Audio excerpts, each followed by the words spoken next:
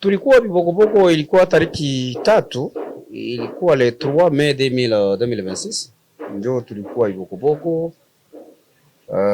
Tulisindikiza huyo mgeni ambao tulipokea mwenye nakwambia hapa, alikuja mu mission ya kufika Bibokoboko na ilibidi na sisi tumsindikize pale Bibokoboko. Ndio Mission yetu pale Bibokoboko ilikuwa ya kwenda kuonyesha wakongomani wenye wako Bibokoboko makabila tofauti. Bibokoboko kuku wa Fuliru, Bibokoboko kuku wa Nyindu, kuku wa Mushi, kuku wa Bembe, kuku wa Nyamulenge.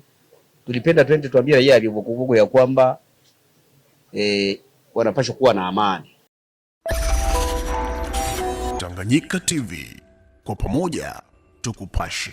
Shaka mtazamaji wa Tanganyika TV, kama nilivyokuahidi hapo awali kwamba nitakuwepo na msemaji wa Wazalendo ambaye anaupiga mwingi kabisa kwenye masuala kabisa ya uteteaji wa haki za wazalendo na pia kufanya mambo makubwa kwa ajili ya kuimarisha usalama ndani ya Fizi na sekta zote ambazo pengine zinazogwazugwa kabisa na ukosefu wa usalama, hasa katika Kivu ya Kusini na Kivu ya Kaskazini ambako bado maono bado yanaendelea. Mheshimiwa, jambo.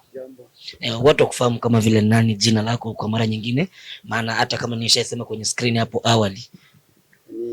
Ubuila Mwila Dalton. Ningesogeza mic kidogo ili watu wasikie vizuri. Mimi ni wa Ubuila Mwila Dalton, niko msemaji yani porte parole wa VDP mu Sud Kivu. Nashukuru sana kwa kunipokea siku kwa mara nyingine tena kama siku ya leo ambayo unapatikana kwenye mji mkuu wa Baraka. Ujio wenu Baraka, na wakati mliingia katika hali ya kuwezesha kuwa usalama kwa sawa, kwa kweli mmeweza kwa kiasi kikubwa. Lakini vile vile kuna bado machenga bado mnaendelea. Na mnapangilia vipi ili kutokomeza kabisa kwa mwisho? Tunaendelea, unaona cha lazima kwanza ni kuendelea kufanya kuidentify kwanza wenye wanafanya mabaya. Baada ya kuidentify ndio tunafanya kitu tunaita msako. Maana kusaka kabisa kwenye wanapatikana. Donc tunaidentify, baada ya kuidentify tunawalokalize kujua wako fasi fulani na fasi fulani. Tukisha identify na kulokalize wako fasi fulani, kinachobaki ni msako. Na kwa sasa tunafanya msako wa kuangalia wako wapi ili washikwe au wakimbie kabisa wao mbali ya mji wa Baraka na kando ya mji wa Baraka. Tuhakikisha amani kabisa ya kudumu inaendelea. Baadhi ya vijana wengi walalamika kunyang'anywa simu vile vile, na bado milio ya risasi kuendelea kusikika sehemu kaza, sio kama zamani jinsi mlivyoweza kunyamazisha kabisa ile milio ya risasi ambayo ilikuwa ikizuga. Na katika mpango wa msako mmeshafanikisha kubana baadhi yao? Tuko tunabana. Ukienda ku prison sai pale kuleta major utakuta watu wengi wanafungwa.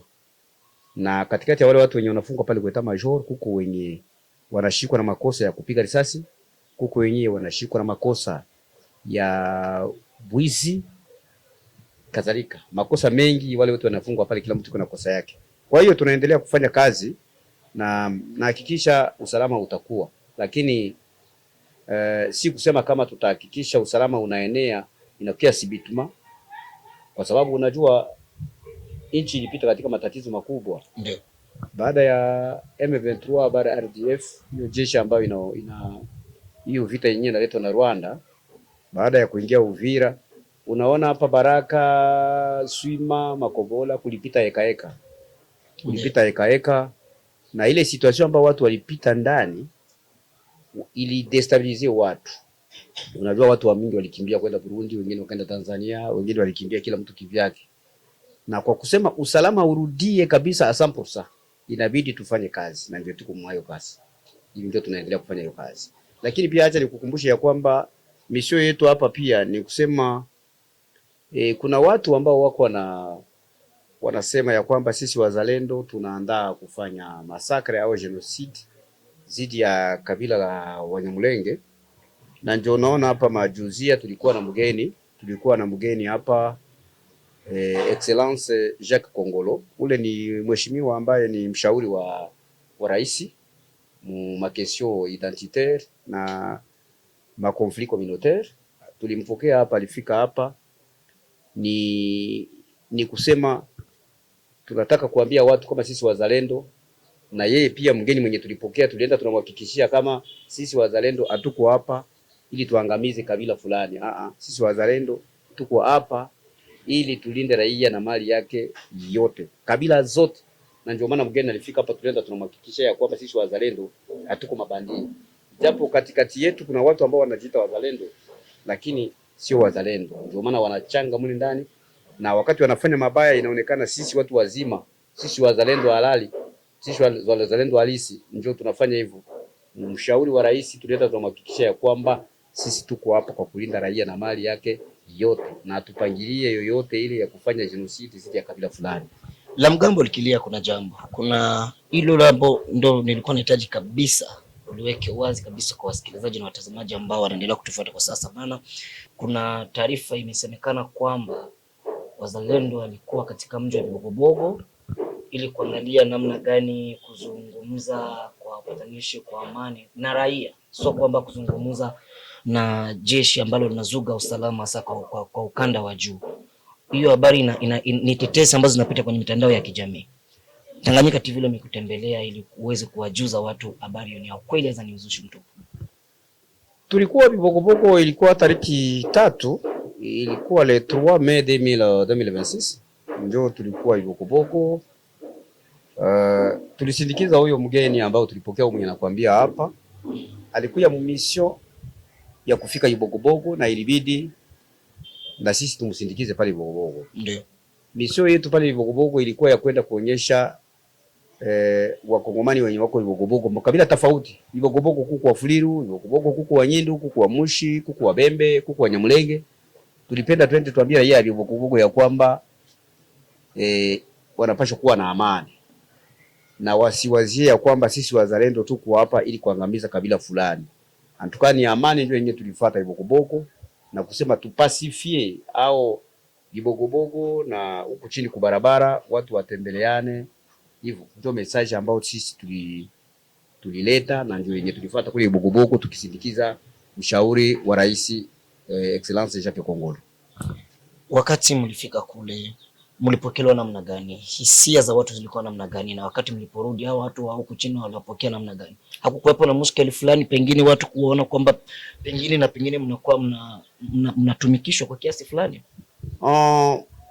Tulifika Bibogobogo tulipokelewa kabisa kwa shangwe. Tulipokelewa kwa shangwe. Tulipata nguvu ya kunywa maji? Tulipata nguvu sababu unaona Bibogobogo ni Kongo na wenye wako Bibogobogo ni Wakongomani.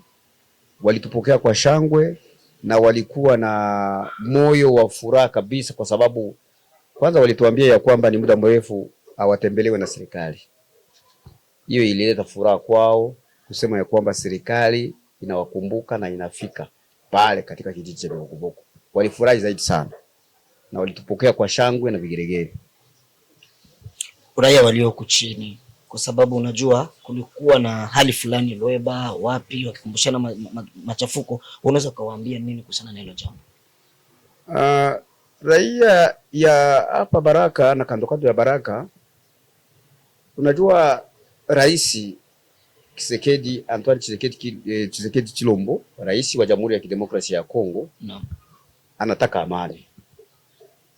Na anataka amani na anataka watu waishi pamoja kwa umoja. Kwanza ni rais wetu. Na sisi kama vile wazalendo, nianze kwanza sisi wazalendo.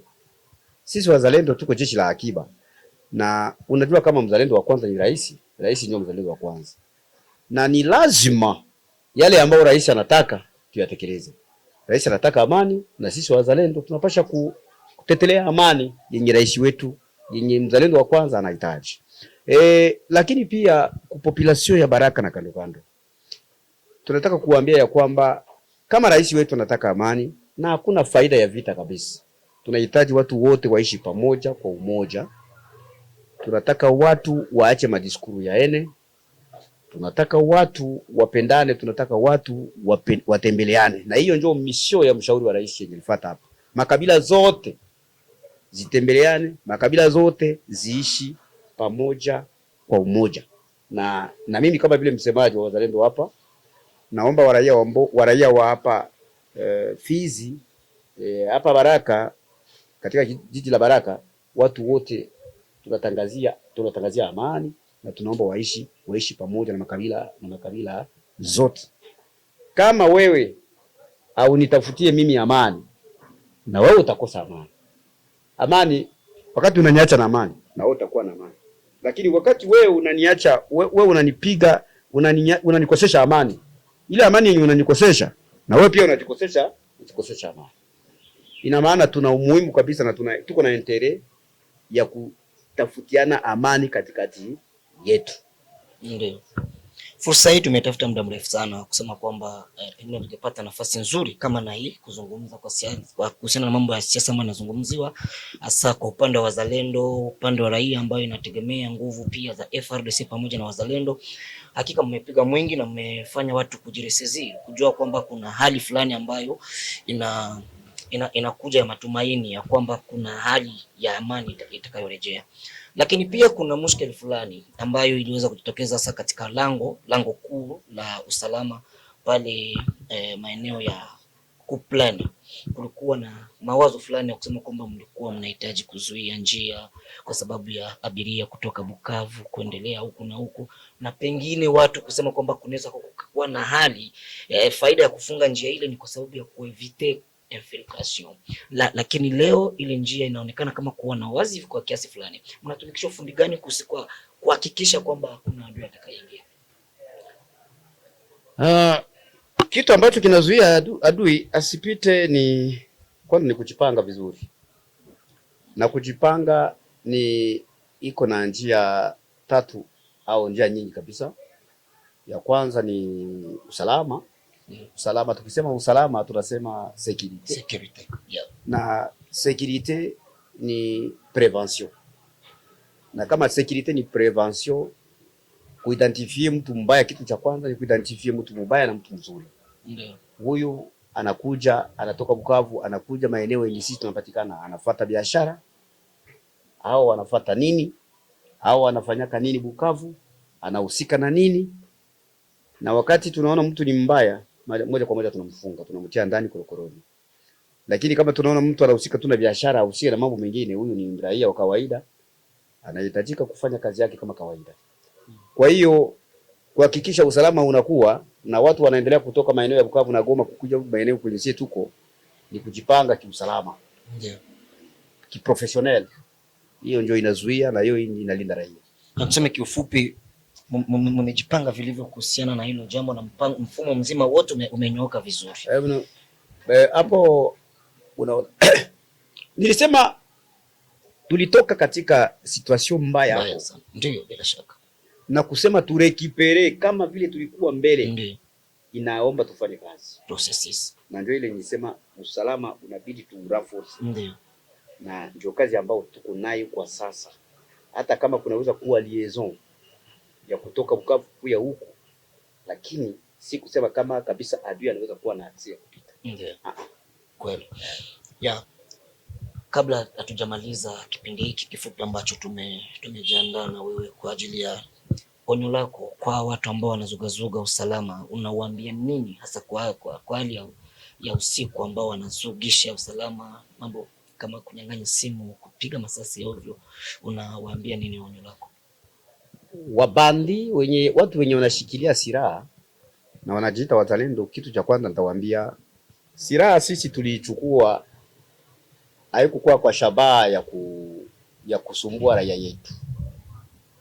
Na kama uko ndugu yangu najiita mzalendo na unaendelea kufanya vitendo ambavyo sio vya kizalendo, utashikwa, utakamatiwa, maisha ya watoto wako watabakia wayatima, utafungwa, utaenda ndoloa, utaenda makala. Hapa hii masiku iko operation zero pardon. Zero pardon ni kusema ukishikwa unaenda. Tunawaomba watu wote wenye uko na masiraha zenye azifanye kazi ya operation ya kupiga adui, waweke masiraha chini, wakuje kwenye sie tuko, tuwape ma instruction na tuwaambie kisi gani au na shabaha gani yenye lipelekea sisi tukamate silaha. Mwenye atenda kinyume na ile, wao wenye wako wanaendelea kuzorotesha usalama, tuko na kazi ya kuwatafuta na tutawakamata tu. Hata wafichame wapi, hata wakikuwa kumatongo, hata wakikuwa Sebele, hata wakikuwa wapi, tutawakamata na wataenda korokoroni. Tunawaomba waache raia yetu na usalama. Kama ni wazalendo kabisa, watumike kazi ya uzalendo. Sababu mtu akito mzalendo ni patriot. Na kama mzalendo ni patriot, kama mzalendo ni mzalendo, mzalendo maana yake ni nini? ni kupenda nchi na kuitumikia. Ule mtu mwenye anapenda nchi yake na kuitumikia, huyo ndiye anaitwa mzalendo. Sasa we hauwezi jiita mzalendo tena unasumbua raia yako. Hauko tena mzalendo, unakuwa bandi. Na mwenye anakamata silaha kama vile ile yenye nasema atakamatwa na ataingizwa korokoroni.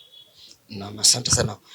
Labda kwa kumalizia, pia kwa raia ambayo inazugazugwa na hii hali, unaiambia nini na unaiahidi nini kwa sana na hicho? Ninaidia raia ya kwamba ijapo situation kwa kuimetrize tuko tunaenda polepole, lakini tutaweza. Na tunaweza omba raia itusaidie. Sisi peke hatutaweza. Unajua atujue huyu ndio anafanyaka kitu fulani, lakini raia inajua huyu ni mfanyabiashara, huyu ni bandi, huyu hana kazi, huyu haiko peshere, huyu haiko mkulima, lakini kwake anapata hela, anapata hivi makuta anaipata kutoka wapi? Tunaomba raia yetu ya Baraka, raia ya Fizi kwa jumla, itusaidie kwa kutupatia habari ya watu wabaya, sababu wao ndio raia ndio inajua fulani anafanya kitendo kibaya na anapanga kwa fulani.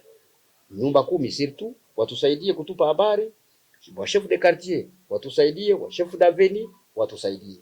Mwile collaboration entre population na sisi watu wa usalama, ile ndio italeta amani katika nchi. Kama hakuna collaboration, amani hatutaiweza. Kama hakuna collaboration, sisi hatutawajua wahalifu sisi peke yetu. Naam. Nikushukuru sana kiongozi. Asante, mimi pia nakushukuru zaidi, nakushukuru kabisa. Endelea kujiunga na kuweza kusambazia watu wengine wapate habari hii. Mimi sina ziada, ni kuage kutoka sasa, alamsiki. Habari za muda huu mpendwa mtazamaji wa Tanganyika TV. Kwa jina naitwa Suzana Ambokile, natokea kitengo cha biashara na manunuzi hapa Tanganyika TV. Nipende kuchukua fursa hii kukukaribisha hewe mfanyabiashara kutangaza biashara yako pamoja nasi. Maana katika ulimwengu huu wa sasa, media kama Tanganyika TV ndio mahara pekee ambapo unaweza kukuza na kuendeleza biashara yako. Haijalishi ni biashara ipi unayofanya, ina mtaji mkubwa au mdogo. Tanganyika TV inaweza kukuweka karibu na wateja wako na kukuza manunuzi ya bidhaa zako unazouza. Hebu fikiria, hata vikundi vya maendeleo tunawezaje kuendelea bila kujitangaza? Karibu utangaze nasi, hewe mfanyabiashara, mjasiriamali, mwanamuziki, wanasiasa na wengine wote, karibuni sana sana sana. Unaweza kuwasiliana nasi kupitia namba zetu za ofisi zilizopo hapo chini. Hata kama una matangazo, Tanganyika TV tunaweza kukutengenezea, kwa sababu tuna wafanyakazi na madirector wabobezi waliobobea katika shughuli za video production na graphic design. Tanganyika TV, kwa pamoja tukupashe.